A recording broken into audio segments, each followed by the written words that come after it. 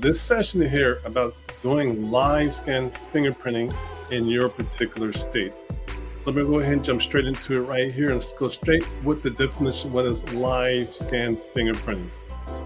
Okay, pretty much live scan fingerprinting means where you're fingerprinting on an electronic device, and just so happen to have one right here, one of many types, where you do live scan fingerprinting on an electronic device, and that's called live scan fingerprinting. In other words, it's electronic fingerprinting on an electronic device.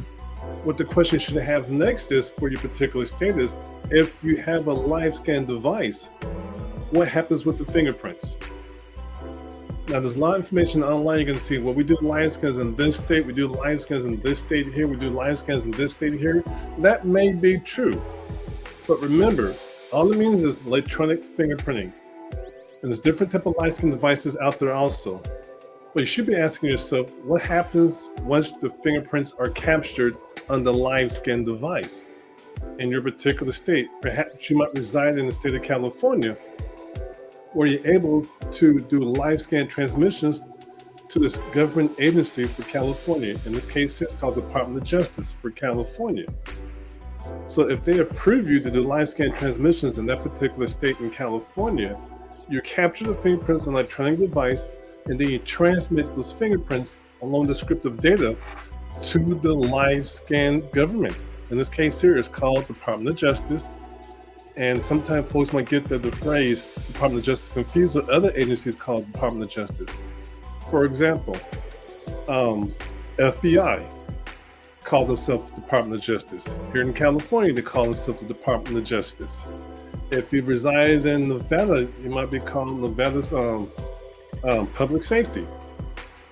But each state has its own name for its government entity of law enforcement that may oversee the live scan process for that particular state. So just keep that in mind. Each state has their own law enforcement agency with their own unique name that may govern the live scan transmissions in that particular state, especially for like an applicant or person going for a job or license in that particular state. So just keep that in mind. It's very important. It's very, very crucial if you understand that concept right there. Now, I mentioned before there's different type of live scan devices out there.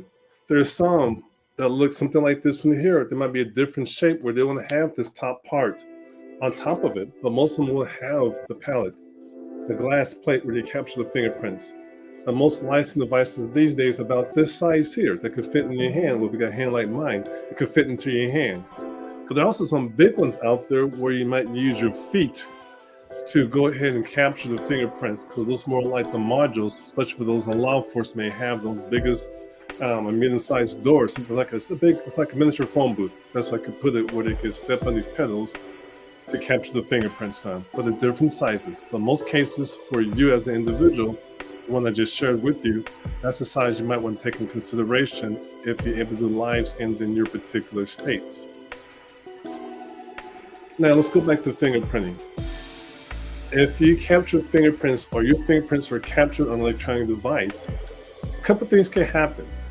Those fingerprints, along with the descriptive data like your height, weight, social security number, fun things like that, are sent to law enforcement agency. That agency would do the background check on you and then share that information to the requesting agency. So I'm the person who's going to get fingerprinted. You got to fingerprint me on the live scan device. I capture my fingerprints on the live scan device, and you're going to transmit fingerprints to the Department of Justice for California, for example, or it could be for FDLE for Florida, for the Department of Law Enforcement. That's their nickname, FDLE, for their law enforcement agency in Florida. Either way, it goes to the government entity that's in charge of the live scans. They conduct the background check, and sometimes they may forward the information to the FBI too for federal background check that might be required for the particular job or license. Anyway, the results come back to the government, and then they're going to share your results or findings to your agency that's in charge of your license or the job you're trying to get. And that's one concept of a live scan. Another one is you're going to fingerprint on a live scan device, and they're going to go ahead and print out my fingerprints on the ink card. That's the basic standard FD258 ink card, where you're able to capture my fingerprints, but you're really going to print out my fingerprints on the ink card. Yes, the agents might say, I do live scans, which is correct, but really they're just printing out your fingerprints on the ink card. So there's some folks out there in these different states saying they do live scans, but really they just printing out the fingerprints on the ink card. Another reason why your fingerprints might be captured on the LiveScan device is they might want to capture your fingerprints and store them on some type of secured server for other purposes. Certain entities might want to store your fingerprints for different reasons. Well, that's not typical for this type of conversation we're having right now, but just keep in mind, sometimes people will actually store your fingerprints on their server or on their hard drive for other reasons besides you trying to get a particular job at that moment required by the state or the federal government. But something that will go ahead and store them. So just review that real fast. Fingerprints are transmitted to government entity for background check. Each state has their own law enforcement agency that may be in charge of the LiveScan process for that particular state. And some people might get confused. Well, I heard DOJ requires this, and this, but that might be for California, or it might be for the FBI, but it might not apply to your particular state.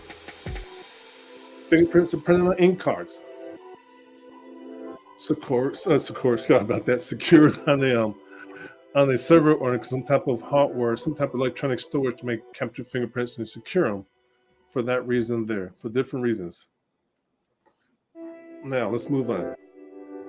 All states do live scans. One way or another, there's somebody in that state or organization in that state's doing live scans. But it doesn't mean that you're able to. Most states have the one primary contractor, one live scan provider that does the fingerprinting for that particular state. And most states are like that. So you might live in a state like Texas, or it could be a different state out there where you will not be able to do live scan as freely as a person who lives in California or perhaps in Nevada. Different guidelines. So most states have one contractor that does the live scans for them. Okay, just keep that in mind. Now you may be able to get agreement with that particular contractor, but you have to do research yourself and due diligence yourself to find out who that contractor is for that particular state. That contractor may change from last week till today because different contracts will change or expire over the course of time. But most states have their own vendor and they may bring on board as an agent if they approve you to do live scans using their system. And if you're lucky, listen to me, if you're lucky, they may pay you a couple of dollars to fingerprint somebody. So now you're doing live scans at your office. You might get 10 people that month. They might send to you from the particular state vendor, but they may pay you a couple of bucks. You might get $3. One person told me they're getting $3 per person, and they're doing 20 live scans a month at $3 a person. So it's 10 to 15 minutes, 10 minutes of work for each person for $3. That's their business model. More power to them. But that's one model I'm not interested in at this particular time moving forward. Because it's all about being productive or being busy. Stay busy, stay broke. Get productive, get paid. All right, so I'm all about being productivity. I can go ahead and do one ink card instead for 10 minutes of work and charge them $54 on one ink card, or I might have to do 10 live scans and get paid $3 each for a particular vendor if I'm in a different state, if they approve us to be an agent for their location. So something just to keep in mind. All right, let's go down here, a little bit more information here. The best way to find out if you're able to do live scans in your particular state is contact the government entity in your state that's in charge of live scan. Now, there's a state too out there that might allow you to do live scans for their particular state that you reside in. For example, in Maryland, there are individuals out there, organizations out there doing live scans on behalf of the state of Maryland.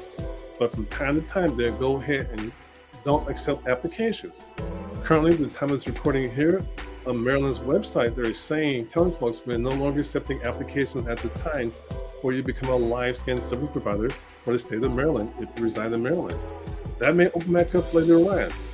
So you need to check with your state because information will change from time to time. And the best source for the most current information is contacting your state and finding out who's in charge of the live scan process. Sometimes you might call their own agency, so you might have to find some place out there who's doing live scans and find out who they are.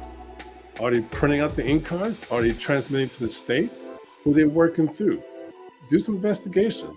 Sometimes they may not be open and willing to tell you what they're doing because they're afraid you might take their bread and butter, and I can respect that. But you need to do some due diligence and find out yourself directly versus looking at all this information online, as YouTube video hypes out there, giving it incorrect information or misleading information or incomplete information. You might think you're getting one machine to do this for your state, but really you can't do it in your state for your state. So do your homework and make sure what you're spending on what you're about to do makes sense for you, and ask the particular questions. Once the fingerprints are captured on the LiveScan device, what options do I have? Am I allowed to transmit these fingerprints to the state I reside in? Am I allowed to print on the ink cards? Am I allowed to do ink card fingerprinting? What's the demand for it? Find out. So those who can sell the machines to you, find out. If they give it round and round, that's a red flag. You really should find out what's going on, because this is your business inquiry. You need to check it out for yourself to see what's really, really going on out there. It's very important.